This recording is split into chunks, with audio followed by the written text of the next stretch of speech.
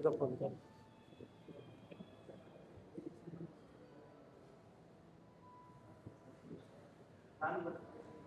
काय नाव?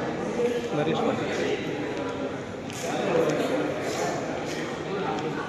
लक्ष्मीपूरला नाशिकचा का?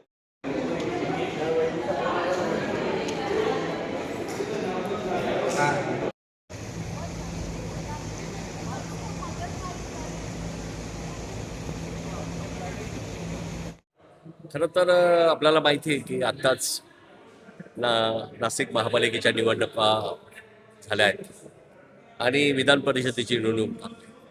या निवडणुकीत अनेक जण हे ज्याला आपण म्हणतो की नवीन नगरसेवक निवडून आले आहेत. या निमित्तानं सर्वांनी एकत्र येणं आणि विशेषतः हा महायुतीचे उमेदवार माननीय नरेंद्र दराडे यांचं 18 तारखेला निवडणूक आहे. मुळात ही निवडणूक बिनविरोधच होते, कारण जेवढे उमेदवार होते सगळ्यांनी माघार घेतलेली आहे.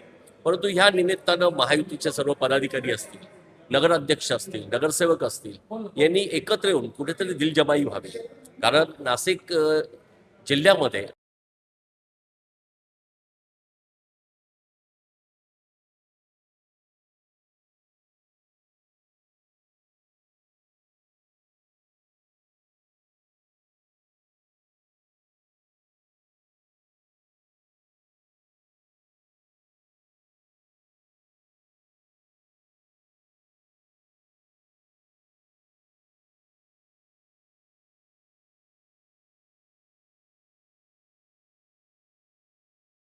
हे अनेक नगरसेवक आहेत.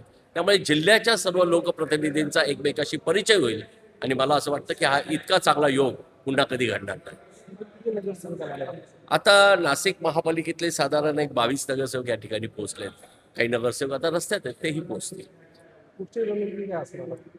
रणनीतीचा विषयच नाही आहे. मी पुन्हा सांगितलं की हे नगरसेवकांचं एक स्नेहसंमेलन आहे.